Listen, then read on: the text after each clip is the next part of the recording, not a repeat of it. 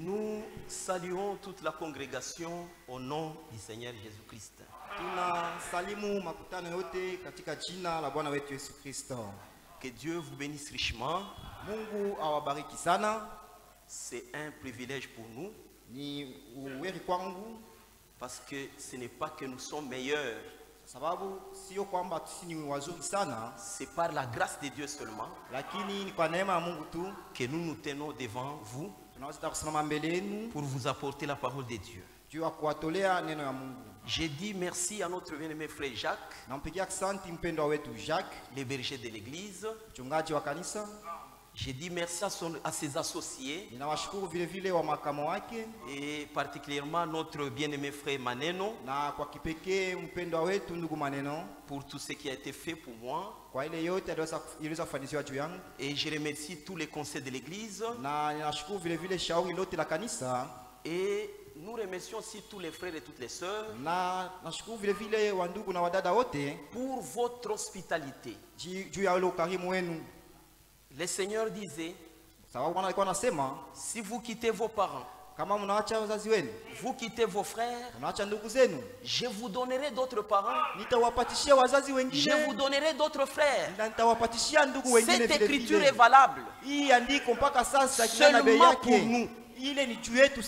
Chez les catholiques, chez les autres, ils ne vivent pas cela.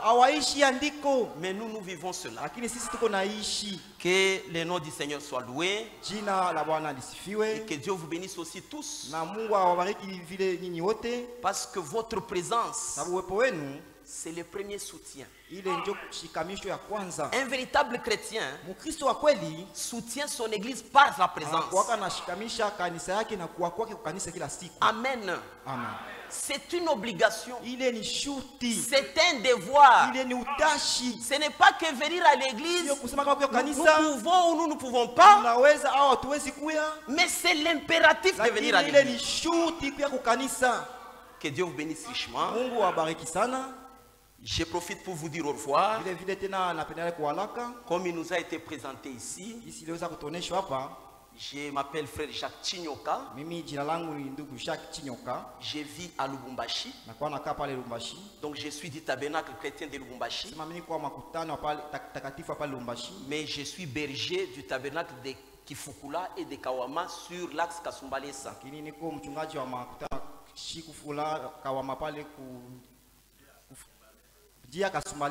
Sur la route Lubumbashi-Kasumbalesa. Kifukula se trouve à 43 km de Lubumbashi. Et Kawama se trouve à 77 km de Lubumbashi. Et pour servir le Seigneur, nous allons et nous rentrons chaque jour. Que Dieu vous bénisse richement. Il n'y a plus de temps. Vous verrez que tous les prédicateurs sont en mouvement. Une chose qui m'avait étonné, j'avais reçu notre frère Patrick Mukendi de Congo Central. Il prêchait chez nous. Pendant qu'il prêchait chez nous à Kifukula, notre frère de Kasumbalesa Douane était à Congo Central. C'est-à-dire les prédicateurs sont en mouvement. Ils vont à gauche, ils vont à droite pour chercher les derniers élus. Où se trouvent les derniers élus? Dieu seul connaît. Mais nous, en tant que ses serviteurs inutiles, nous allons à gauche, à droite. Et lorsque le dernier élu entrera dans le corps, ça sera fini. Voilà pourquoi, mes frères, mes sœurs, réveillez-vous. Chaque prédication que vous écoutez, c'est un avertissement. Réveillez-vous. Nous sommes sauvés par grâce. Le salut, c'est entièrement par grâce. Mais la croissance, là, il faut l'obéissance à la parole. C'est ça l'étape difficile d'un chrétien. Naître, c'est par la grâce. Dieu nous sauve par grâce. Mungu anatuokoa kwa neema. Mais il faut la croissance. Lakini inabidi sasa kukomala. Parce que nous ne pouvons pas confier des responsabilités à un bébé. Kwa sababu hii majukumu mauzito tusipashia mtoto mchanga. Et nous regrettons parfois. Kila mtu anakuwa anajuta. Vous trouvez des frères et des sœurs qui ont 20 ans dans l'église. Mais ils sont comme des bébés spirituels. Et nous regrettons. Réveillez-vous. Ne vous bornez pas seulement à écouter la parole, mais mettez la parole en pratique. Vivez la parole. Obéissez à la parole. Que Dieu vous bénisse. Je vous invite à vous lever. Et je profite pour vous dire au revoir. Accepterez-vous qu'on apporte vos salutations au tabernacle chrétien de Kifukula? Que Dieu vous bénisse. Nous lisons dans Luc chapitre 4. Luc chapitre 4. Le verset 16, nous commençons par là. Luc 4. Nous lisons la parole au nom du Seigneur. Il s'est rendu à Nazareth, où il avait été élevé, et selon sa coutume, il entra dans la synagogue les jours du sabbat. Il s'éleva pour faire la lecture, et on lui remit les livres du prophète Esaïe. L'ayant déroulé, il trouva l'endroit où il était écrit: l'Esprit du Seigneur est sur moi, parce qu'il m'a oint pour annoncer une bonne nouvelle aux pauvres. Il m'a envoyé pour guérir ceux qui ont les cœurs brisés, pour proclamer aux captifs la délivrance, et aux aveugles le recouvrement de la vue, pour envoyer libre les opprimés, pour publier une année de grâce du Seigneur. Que Dieu ajoute ses nombreuses bénédictions à la lecture de sa parole. Dieu Tout-Puissant est notre Père. Nous voici devant ta face. Tu avais dit dans ta parole: il n'y aura personne qui enseignera son prochain, mais tous seront enseignés de Dieu. C'est toi qui donnes les dons, et c'est toi qui utilises ces dons pour enseigner. Bénis ton peuple, Seigneur. Ils ne sont pas venus écouter un homme, ils sont venus t'écouter conformément à l'écriture qui dit: l'homme ne vivra pas de pain seulement, mais de toute parole qui sortira de la bouche de Dieu. Seigneur, dans ta parole, il y a le salut. Dans ta parole, il y a la délivrance. Dans ta parole, il y a la guérison. Merci, Seigneur. Utilise-moi comme un micro. Parle à ton peuple. Bénis ton peuple. Exhorte-les. Merci, Seigneur. Bénis cette église. Bénis les anciens et tous les conseils de l'église, car nous avons demandé avec foi au nom de Jésus-Christ. Amen. Nous venons de lire une portion de la parole de Dieu dans Luc chapitre 4. Il est parlé du Seigneur. La Bible dit: il s'est rendu à Nazareth, où il avait été élevé. Jésus était né à Bethléem. Il a grandi à Nazareth. Et il est allé passer le gros de son temps à Galilée. Et selon sa coutume, na kulingana na desturi au kabila il entra dans la synagogue les jours du sabbat. aliingiaka mule msinagogi ile siku ya Sabato. Il se leva pour faire la lecture. Alisimama juu asome, Et on lui remit les livres du prophète Esaïe. na wakampatia kitabu cha nabii Isaya. L'ayant déroulé, il trouva l'endroit où il est écrit: Mahali alipokifungula alikutana mahali inaandikiwa, l'Esprit du Seigneur est sur moi, Roho wa Bwana ni juu yangu, parce qu'il m'a oint sababu yeye amenipaka mafuta pour annoncer une bonne nouvelle aux pauvres. juu ya kutangaza habari njema kwa maskini. Il m'a envoyé pour guérir ceux qui ont les cœurs brisés, Alinituma niwaponye wale wenye kuwa na mioyo ya kufunjika, pour proclamer aux captifs la juu ya délivrance kutangaza wanaofungwa ufungulivu wao, et aux aveugles le recouvrement de la vue, na kwa wabipofu wapate kuona, pour renvoyer libres les opprimés, juu ya kufungua wanaoonewa, pour publier une année de grâce du Seigneur. na juu ya kutangaza mwaka wa neema wa Bwana. Nous tirons notre sujet sur le verset 19 Tunachukua kichwa cha mahubiri yetu mwile versi yake ya 10 et notre na sujet s'intitule na tungo yetu ya mahubiri ni une année, l'année de grâce du Seigneur. mwaka wa neema wa Bwana. L'année de grâce Mwaka wa neema du Seigneur. wa Bwana. Comme nous pouvons encore le lire, Sasa tunaweza taka kusoma l'année de grâce. mwaka wa neema. Esaïe. Isaya. Esaïe chapitre 61. Isaya sura 61. Nous lisons les versets 1 et 2. Tunasoma mstari wa kwanza na wa pili. Nous lisons. Tunasoma.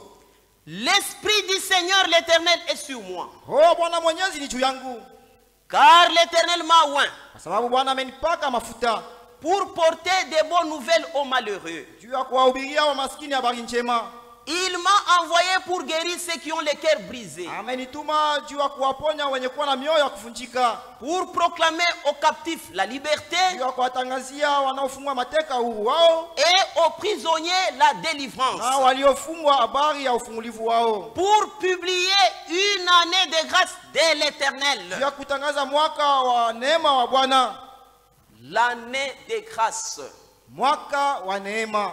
Dans l'Ancien Testament, Mwagano la kale on l'appelait l'année de grâce walikuwa wanaita mwaka wa neema parce que c'était la liberté de tout le monde au même moment. sababu ulikuwa ni uhuru wa ufungulivu wa watu wote wakati moja. Tous les esclaves Wafungwa wote, étaient libérés watumwa wote walikuwa la même année là ule mwaka moja moja qu'on appelait l'année de grâce. wenyewe walikuwa naitiwa mwaka wa neema. Mais dans le Nouveau Lakini Testament, mwagano jipya ça s'appelle le jour du salut. unaitwa siku ya wokovu. Le jour du salut, Siku ya wokovu c'est le jour où chacun de nous ici présent ni ile siku kila mmoja wetu mahali hapa tulipo avait rencontré le Seigneur. aliwezaka kukutana na Bwana. Le jour du salut, Siku ya wokovu, l'année de grâce. mwaka wa neema. Qu'est-ce que c'est que l'année de grâce? Sasa mwaka wa neema maana yake ni nini? Quand nous prenons dans un pays, Wakati tunachukua ndani ya nchi, il y a le président mnapo rais ou le roi. au mfalme, Il a un pouvoir. yeye kuna mamlaka au uwezo, Il est doté d'un certain pouvoir. yeye wanampatia mamlaka moja fulani, Et dans sa compétence, na mule uwezo wake kutenda il signe certaines ordonnances. anakuwa na saini juu ya vibarua mbalimbali, Il signe certaines ordonnances. anakuwa na saini juu ya vibarua mbalimbali, Et cette ordonnance s'appelle la grâce présidentielle. na ile naitiwa neema ya kiraisi. Un homme, Mtu un mortel, wakufa, mais il a un pouvoir. lakini kuna uwezo wa mamlaka. Et par ce pouvoir-là, Kupitia ile uwezo, il signe l'ordonnance qu'on appelle ordonnance grâce présidentielle. naye anasaini ile ordonance wanaita neema ya kiraisi. Et quand il signe ça, Wakati anasaini juu ya ile, tous les prisonniers wafungwa wote dont leurs noms sont reprises ambao majina yao inaandikiwa sur la liste là, mwa ile orodha, ils sont libérés. wao wanafunguliwa Sans payer, pasipo kulipa sans prix, au bei, sans argent. na bila pesa. Ils sont libérés. Wao wanatiliwa huru, Et chacun rentre chez lui na kila mmoja anarudia kwake par la grâce présidentielle. kupitia ile neema ya rais. Et notre Dieu, Na Mungu wetu Il est plus que le président. Il est plus que le roi. Parce que la Bible l'appelle le roi des rois, le Seigneur des seigneurs. Il est capable de tout. Il est capable de tout faire. Parfois dans notre adoration, nous limitons ce Dieu comme s'il peut faire ceci et ne pas faire cela. Mais ce soir, je vous dis, notre Dieu, il est El Shaddai. C'est-à-dire un Dieu capable de tout faire. Le Seigneur des seigneurs, le roi des rois. Dans l'Ancien Testament, les gens se fendaient esclaves. Et ces gens, quand ils entraient dans l'esclavagisme, ils ne pouvaient pas y rester pour toujours. Parce qu'ils étaient esclaves des hommes. L'esclave, il est esclave d'un homme, mais il appartient à Dieu. Mungu ambariki sana. Il sera au service de l'homme, mais appartenant à Dieu.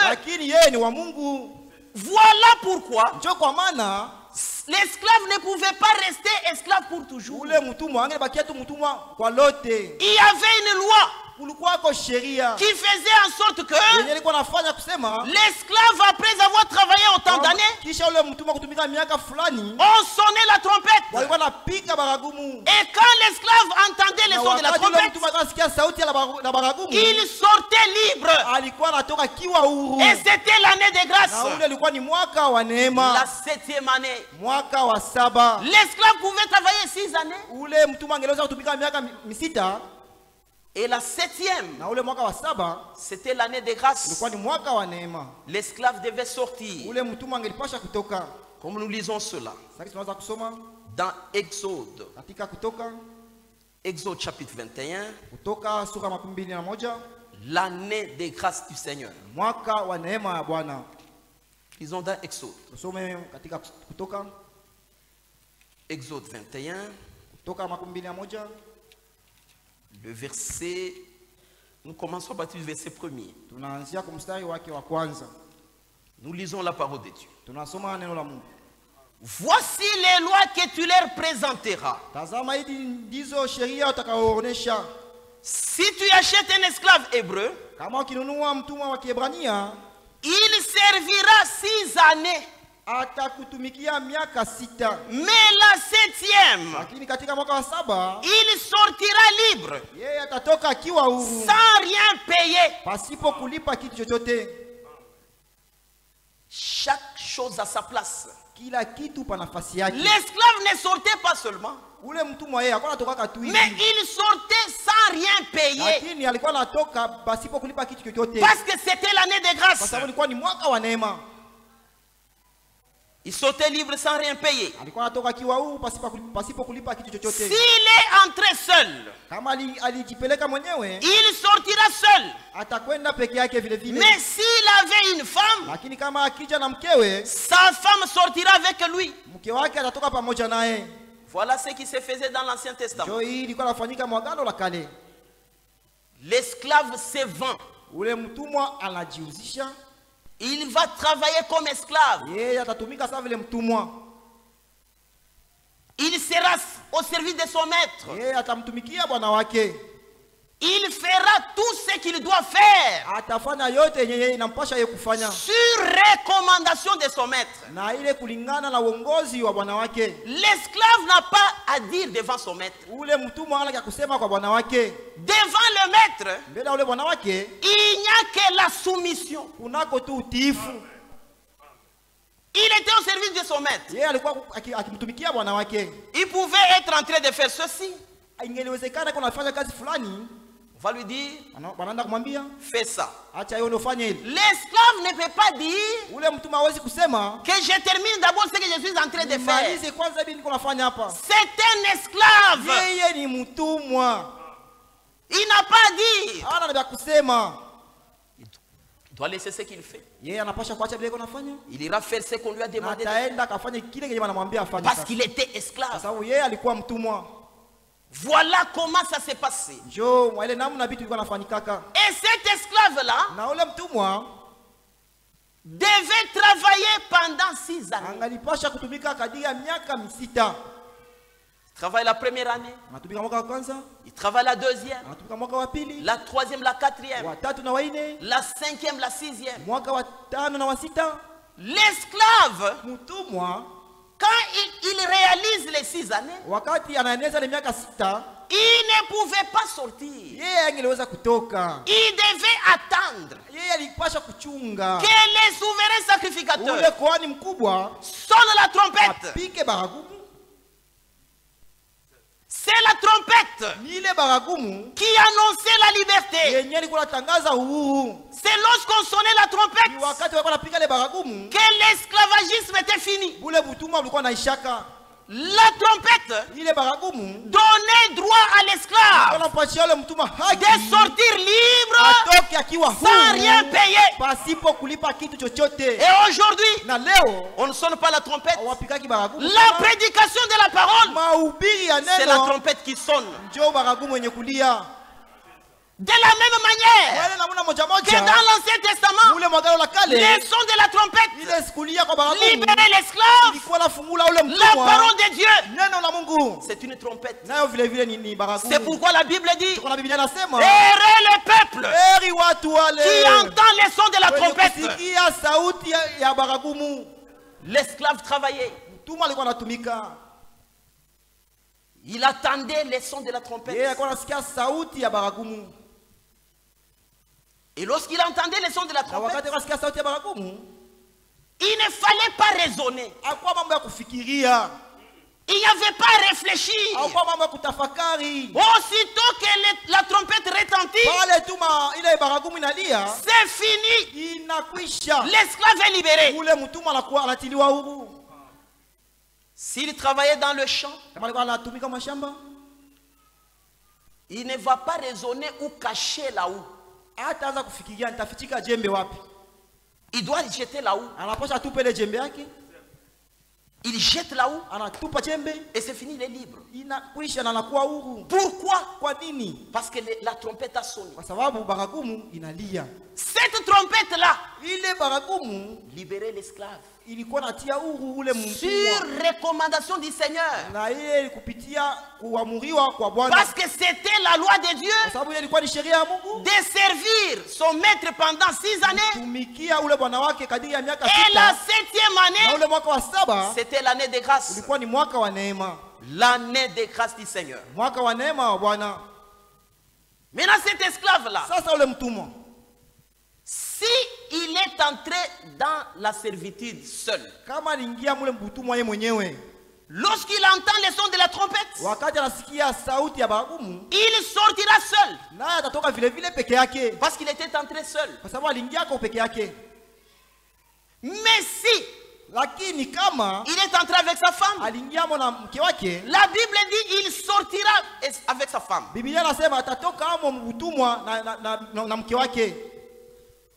Et c'est comme ça que ça s'est passé. Mais si l'esclave était entré célibataire et que son maître avait marié pour lui, là l'esclave, lorsqu'il entend les sons de la trompette, sa femme restera son maître. Parce que c'est le maître qui lui avait doté cette femme-là. Lui devait sortir seul, libre. C'est là que retenait l'esclave. L'esclave qui était très lié à sa femme, très lié à ses enfants. Maintenant qu'il entend les sons de la trompette, reconnaissant que c'est mon maître qui avait marié pour moi, il doit sortir. Mais quand il réfléchit,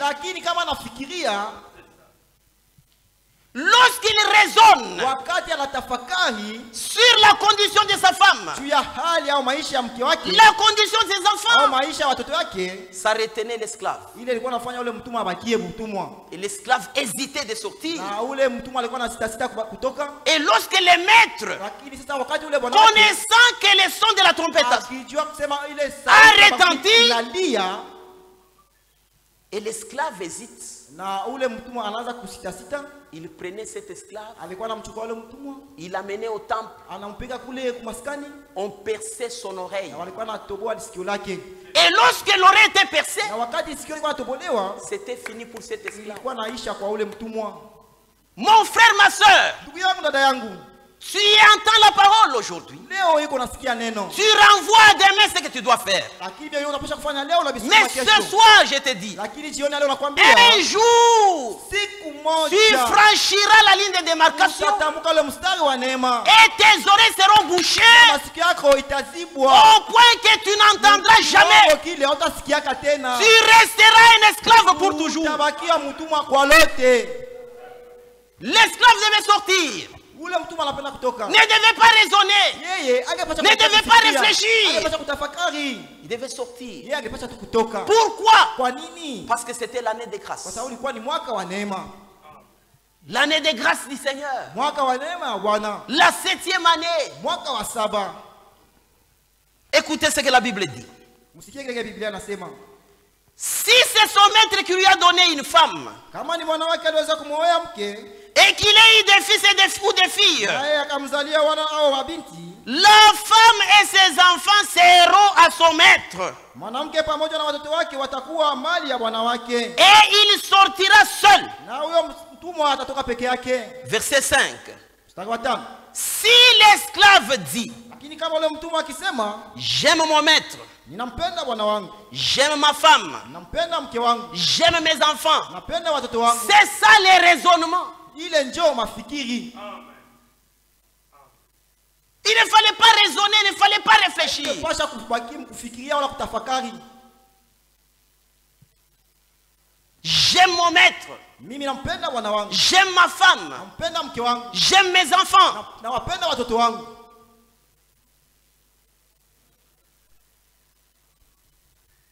Je ne vais pas sortir libre. Nami sipendi nitoke nikiwa huru. Alors, verset 6. Mstari wa 6.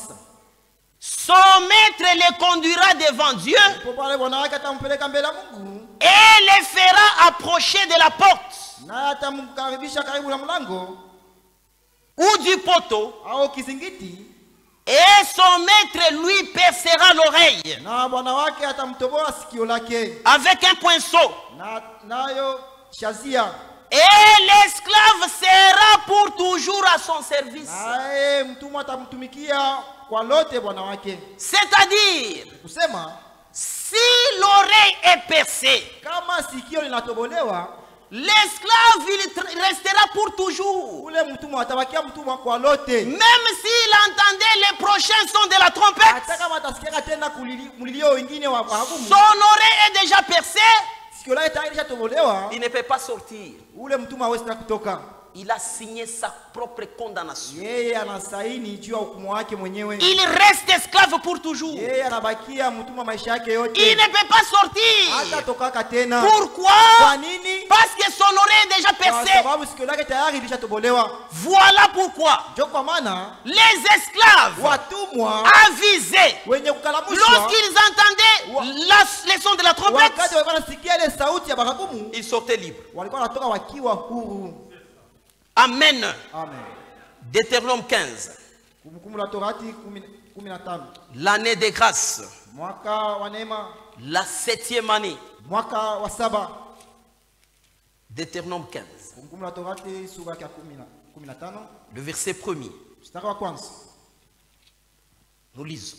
Tunasoma. Tous les 7 ans, Miaka yote 7 tu feras relâche. ni lazima mfute madeni. Tu feras relâche. Utaachilia. Ah. Tous les 7 ans, Miaka yote 7 tu feras relâche. utaachilia. Tu dois libérer l'esclave. Tu dois les relâcher. Parce que c'est l'année de grâce. Verset 12. Toujours Deutéronome 15. 12. Si l'un de tes frères hébreux, homme ou femme, servant à toi,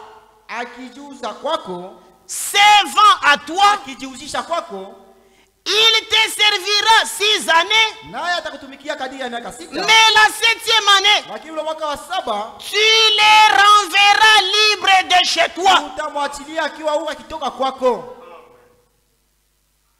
Il doit te servir pendant 6 années. La 7e année, même les maîtres doivent renvoyer l'esclave.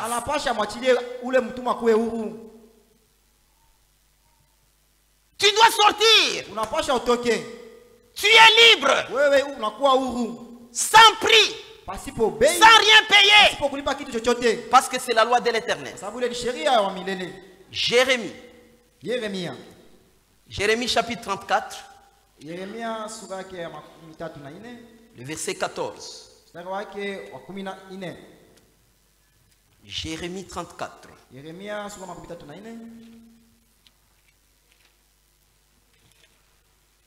Jérémie chapitre 34.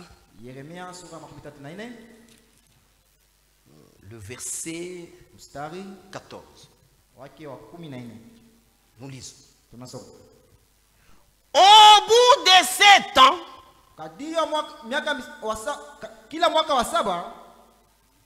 chacun de vous renverra libre son frère hébreu.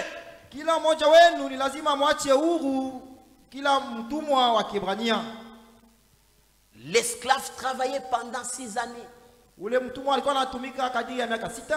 Et la 7e année, cet esclave était libéré. Maintenant, voyons d'abord ce que l'esclave faisait librement, physiquement.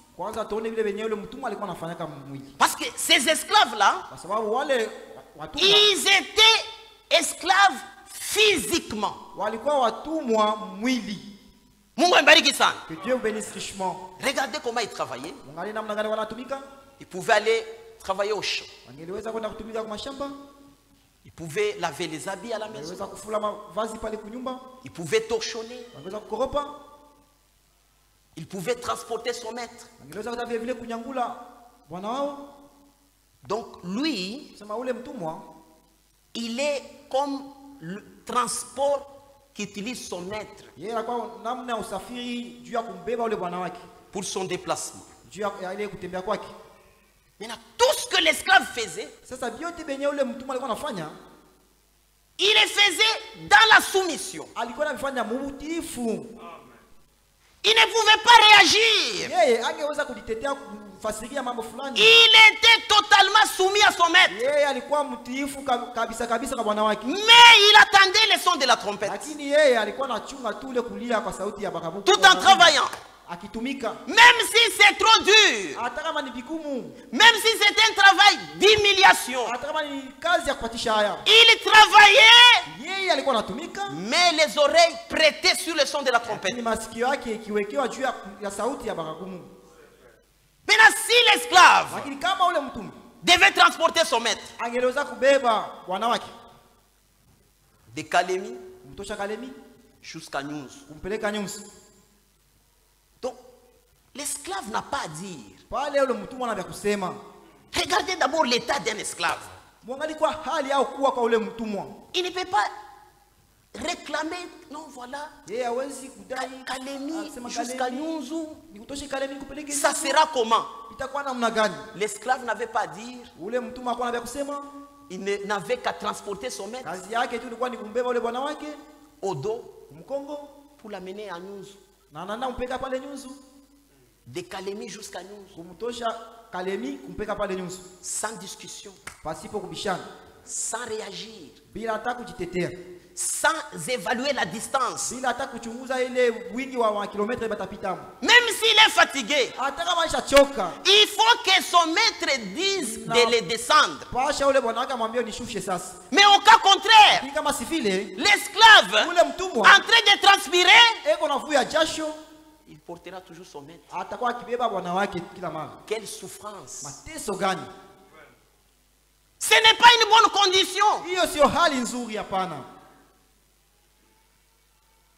C'est la prison. Ile ni ufungo au gereza. Et l'esclave devait l'amener. Na ule mtumwa alipasha kumpeleka.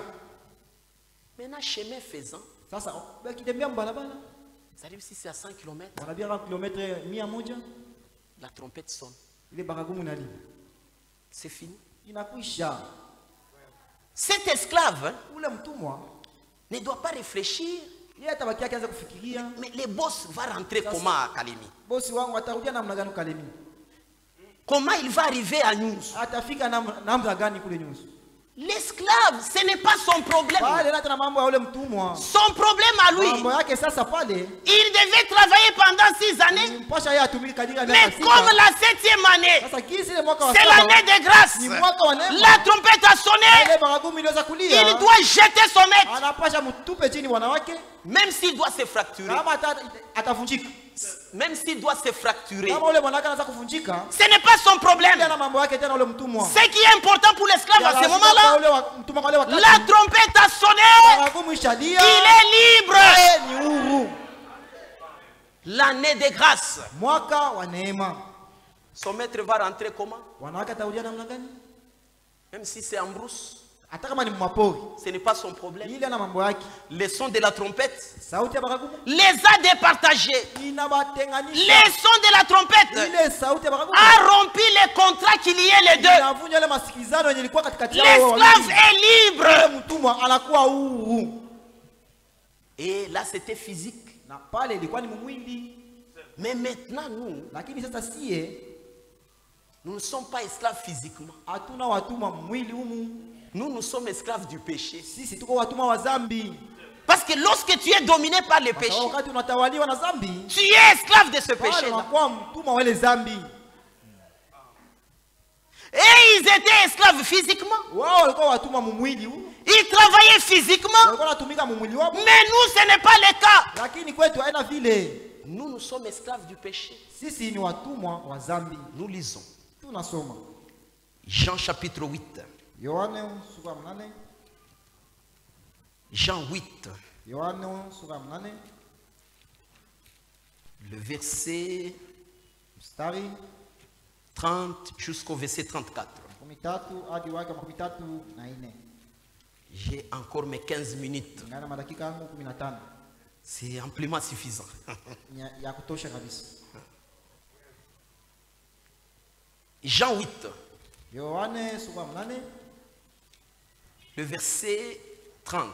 Mstari wake 13. Nous lisons. Tunasoma. Comme Jésus parlait ainsi, Kisi Yesu alikuwa akisema hivi, plusieurs crurent en lui. wengi walimwaminia. Et il dit aux Juifs Kisha kawaambia Wayahudi qui avaient crié en lui, waliomwamini, si vous demeurez dans ma parole, kama mkidumu ndani ya neno langu, vous êtes vraiment mes disciples. bali kweli kweli nyinyi ni wafuasi wangu. Verset 32. Sura 32. Vous connaîtrez la vérité Ndipo pale mtakaijua kweli, et la vérité vous affranchira. nayo kweli itawatia kuwa huru. Ils lui répondirent, Nao wakamjibu, nous sommes la postérité d'Abraham sisi ni uzao wa Abrahamu, et nous ne fûmes jamais esclaves de personne. nasi hatuja kuwaka hata watumwa wa mtu mmoja. Comment dis-tu? Sasa namna gani wewe unasema Vous deviendrez libres. mtakuwa huru? Verset 34. Mstari wa 34. En vérité, en vérité, en vérité, je vous l'ai dit. Kweli kweli kweli nawaambia, Voilà le langage du Seigneur. jo msemo wa Bwana huyu. Les prophètes, Wanabii lorsqu'ils donnent une prophétie, wakati wanatoa unabii fulani, ils voient, wanaonaka, ils entendent. anasikiaka. C'est pourquoi la prophétie d'un prophète, Ndio kwa maana unabii wa nabii fulani à la fin, kule kumwisho Il parachève cela en disant, wanakuwa namalizia wakisema, ainsi dit le Seigneur. hivi Bwana anasema. Parce qu'il a vu, Kwa sababu yeye aliona, il a entendu, alisikia, c'est pourquoi il parle. Joko Bwana anasema vile vile. Mais c'est différent Lakini iko mbalimbali du don des prophéties. na ile zawadi ya unabii. Les dons des Ile prophéties, zawadi ya unabii c'est un don d'inspiration. ni zawadi ya kuvuvuziwa kushushiwa mafuta. Tu ne peux pas monter à la maison ce que tu viendras dire ici. Au utaenda kwenda kumilima juu ya Tu ne peux pas kupanga kunyumba. tu ne peux pas monter cela à la maison. Non. Ici. Hapana. Voilà pourquoi Ndio kwa maana la prophétie du don ule unabii wa zawadi doit être jugée, unapasha kupimwa. doit être contrôlée par la parole. Unapasha uchunguzi na neno. Amen. Amen. Mais la prophétie d'un prophète, Lakini unabii wa nabii il a la vision, yeye kuna ono, il l'entend, naye anasikia. il dit ainsi dit le Seigneur. Anasema hivi Bwana anasema. Mais notre Lakini Seigneur, Bwana wetu lui, il était plus qu'un yeye prophète. alikuwa zaidi C'est ya pourquoi il nabii. disait, Alikuwa anasema, en vérité, je vous kweli dis. kweli nawaambia. Les répliqua Jésus. Yesu akawajibu, Quiconque se livre au péché yeyote watendaye dhambi est esclave du péché. yule ni mtumwa wa dhambi. Esclave du péché. Mtumwa wa dhambi. C'est-à-dire les péchés dominent quelqu'un. Kusema ile dhambi na mtawala mtu. C'est quelqu'un-là se soumet à ce péché. Na ule mtu anajitiisha kwa ile dhambi. Il est esclave. Na ule mtu ni mtumwa. Il y a des gens, Kuko watu à l'époque, wakati wa zamani les païens nous respectaient. wapagani wakawa wanatuheshimiaka. Parfois, quand ils cherchaient les travailleurs Kama wakati watafuta wa kufanya makazi, à engager, wa kuwatia kwa makazi, ils disaient, allez chercher moi les frères de cette église-là. walikuwa wanasema mwende mtafutie wa ndugu wa ile kanisa. Parce que les dénominationnels, Kwa sababu watu wa madhehebu, même les païens, hata wapagani, après leur observation, kisha kufanya machunguzi yao, une observation approfondie, ile machunguzi ya kilindi sana, ils ont vu que ces gens sont différents de na nous. walitambua kusema hao watu ni tofauti na sisi. Ces gens sont responsables. Hao watu wanajua kuchukua majukumu Ces yao. gens vont loin du péché. Hao watu weko nenda mbali na dhambi. Et ils nous respectaient. Na walikuwa wanatuheshimia. Ils nous considéraient. Na walikuwa wanatuheshimia. Mais sana. aujourd'hui, Lakini leo, toi, weye, tu es au milieu de nous. uko katikati yetu. Tu es au milieu de nous. Uko katikati yetu. Tu dis que tu as écouté la parole de Na Dieu. unasema kama ulisikia neno la Mungu. Atukatale kintu ataki Mungu. On n'a rien refusé jusque-là. Mais maintenant ta vie, Sasa maisha yako. tu as dit que tu t'es repenti. Ulisema kama ulitubu. Mais quelle repentance? Sasa ni toba. Ça c'est la gani? repentance des catholiques. Ile ni toba wa Katoliki. La vraie repentance. Toba ya kweli. La repentance sincère Toba moyo waki. est accompagnée de la conversion. Unakuwa na sindikizo na kubadilika. Tu t'es repenti, nous acceptons. Wewe kweli ulitubu. Mais où est la conversion? Sasa mabadiliko iko wapi? Tu es toujours dans la compagnie des païens. Kila mara marafiki yako ni mapagani. Tu prends la boisson, tu t'enivres. Unakunywa mampombe na uko nalewa. Mais tu as déjà écouté la parole de Dieu. Japo tayari unasikia neno la Mungu. Et tu es une pierre d'achoppement. Unakuwa sasa jiwe la kikwazo. Chose grave. Sasa mbaya zaidi. Au lieu de scandaliser même les frères et les sœurs, Bali ukwaze wa ndugu na wadada. toi tu scandalises même les païens. Wewe unaanza kwanza benye mapagani. Si ta justice Kama waki wako ne dépasse pas celle des pharisiens, au upiti wa mafarisayo, tu n'entreras pas dans le royaume. hautaingia mufalme. Amen. Parce qu'il y a des païens Kwa sababu kwa qui se respectent. wenyewe wanajeshimiaka. Ces païens-là, Wale wapagani ils ne volent pas. hawaibaki. Pas parce qu'ils sont chrétiens, Haina juu weko wa Kristo. mais seulement par respect à leur personne. Lakini juu ya kuheshimia mtu wao, Ils ont un principe charnel weko na ile kanuni ya kimwili. que l'honneur ne s'achète pas. Kusema ile heshima iko yake nauziwa. Ah!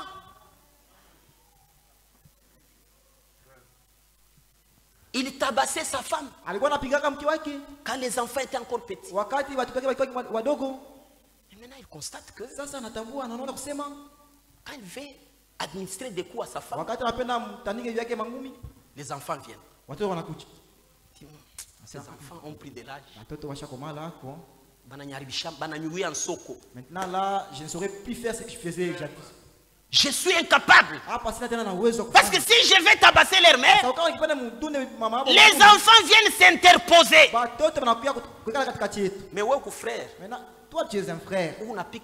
Tu tabasses ta femme. Et puis, Kumiaka, selon l'âge, d'une façon générale, la femme est moins âgée que toi. Au lieu que tu ailles te bagarrer contre ceux qui ont tu vas tabasser une femme qui est plus petite que toi, plus petite. Ta femme, et tu hausses même les épaules. Si ta justice ne dépasse pas celle des pharisiens. Un païen qui se respecte, il s'abstient de certaines choses. Mais toi ici, tu y es touche à tout. Tu fais tout. Tu as un touche à tout. Tu as la nature des caméléons. Quand on te retrouve parmi les païens,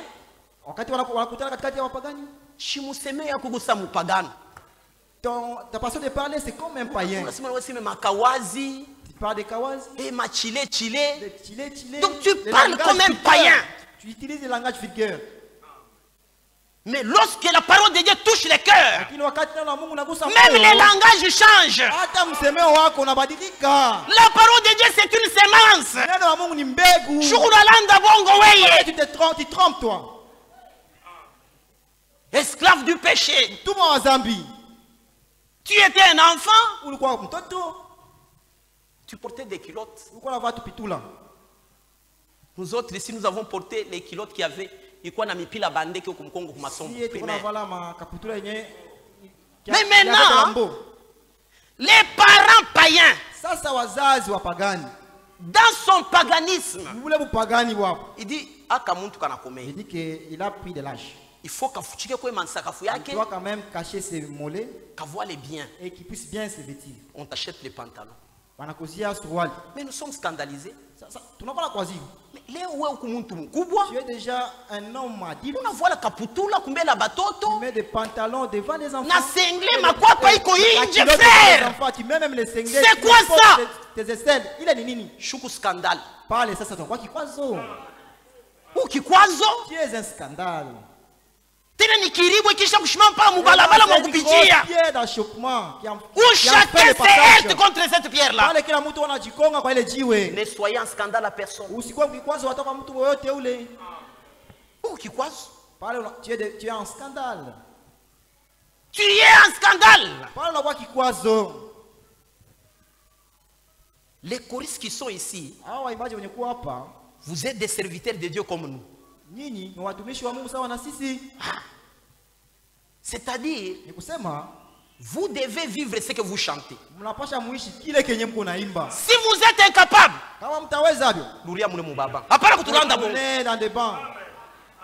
faut pas nous tromper. Ici, les mêmes lois qui nous lient, nous prédicateurs, ce sont les mêmes lois qui vous lient aussi. Quand on dit qu'un ancien doit être irréprochable, ce n'est pas seulement pour les anciens ici, même nous les enfants de Dieu, nous devons avoir une vie irréprochable. Mais regarde comment tu vis. Regarde comment tu vis. Tu as quel esprit? Mais cette parole, c'est un appel à sortir. Lorsque vous l'entendez, vous devez sortir de votre coutume. Vous devez sortir et vous accrocher à cette parole. Une repentance sincère. Il y a des frères et des sœurs qui sont ici. La marche est difficile. La marche est devenue difficile. Mais vous savez, Christ, ça va pas gagner. Ressemble aux chrétiens. Nous sommes des païens. Son ancien homme là n'était pas mort. Il avait flatté de mourir. Il n'était pas mort en réalité. Mais maintenant, aujourd'hui, nous sommes ici. Nous voyons quelqu'un qui entre là à la porte. Que Dieu bénisse, cher ancien. Et quelqu'un qui est dans l'église, il a déjà mis une chaussure d'un côté, de l'autre côté, il a déjà mis les pipis. C'est ça, les pieds d'achoppement que nous avons ici. Il dit qu'il a la foi. Il nous déclare qu'il a la foi. D'un côté. Mais au lieu qu'on voie l'obéissance, de l'autre côté, il est désobéissant. À chaque fois qu'il a, il a déjà mis une chaussure. Et là, de l'autre côté, il a déjà mis aussi. Et il vient s'asseoir dans l'église. Ce sont ces gens-là qui font que l'église soit. Aujourd'hui, nous qui étions considérés par les païens, lorsqu'un frère meurt, nous ne savons pas prêcher. Nous ne savons pas prêcher. Nous nous réservons dans la prédication. Il n'y a pas moyen de dire où frère, il est dans la gloire. Les frères ici, au moment où nous parlons, il est dans la gloire. N'est-ce pas que les païens vont y sur nous? Les païens vont crier au scandale. Nous avons cru. Mais jusqu'aujourd'hui, les païens nous réclament. Les païens te réclament, mon frère. Est-ce que toi, frère, ta femme aujourd'hui peut se lever et parler? Que toi, frère, tu es un chrétien. Ou toi, la sœur.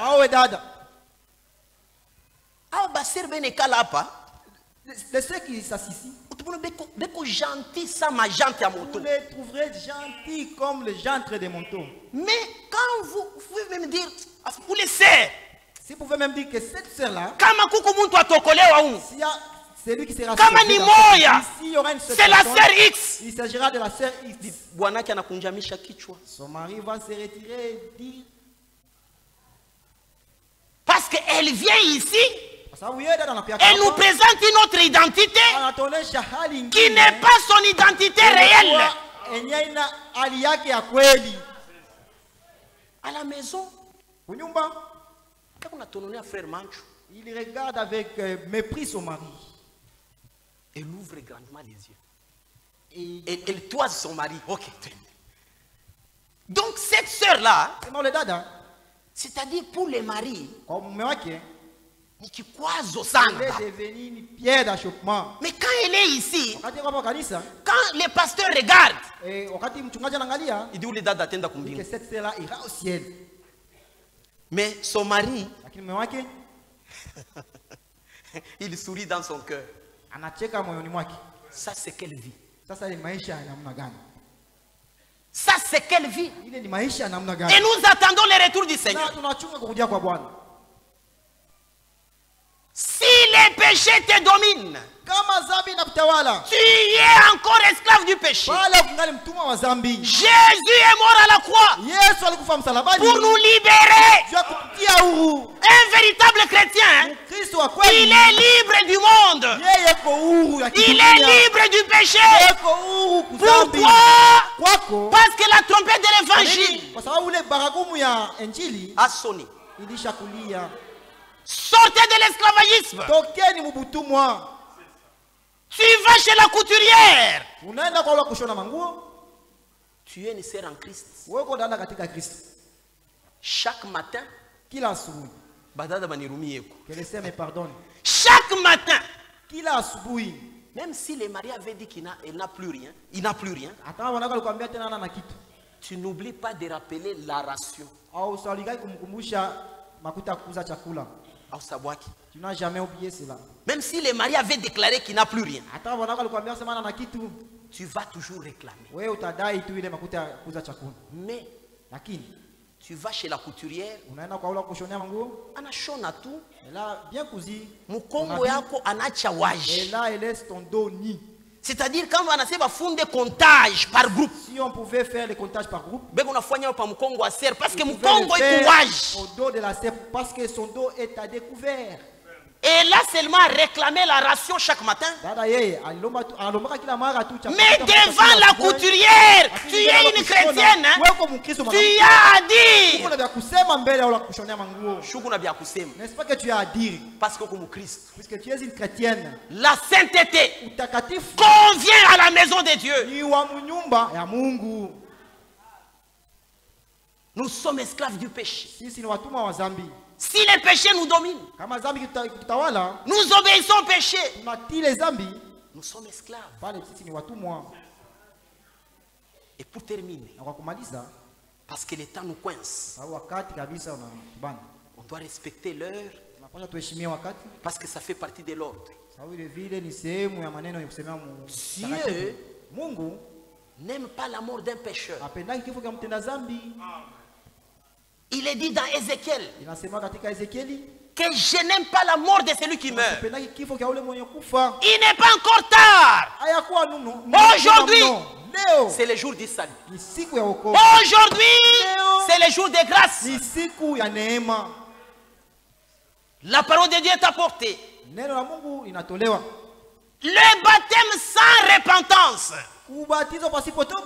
ce baptême est faux. Parce que le vrai baptême doit être précédé de la repentance. La personne doit regretter sa mauvaise vie. C'est pourquoi aujourd'hui nous avons des chrétiens qui gardent leurs mauvaises photos là.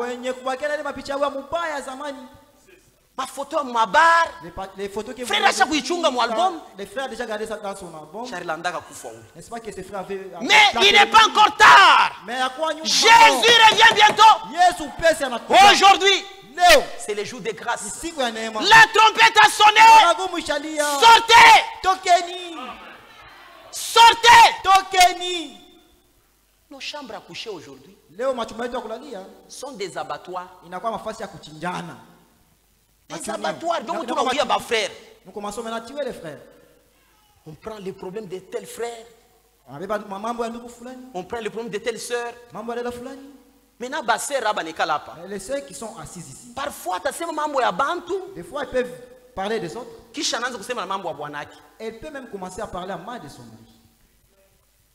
Si notre justice ne dépasse pas la justice des pharisiens, nous n'entrerons pas. Que le Seigneur vous bénisse.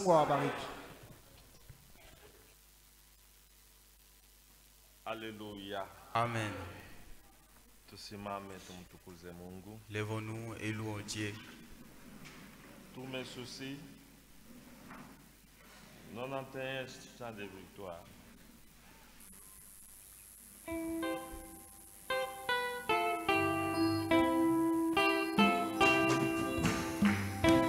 Tuombe msamaha mbele ya Mungu atusaidie.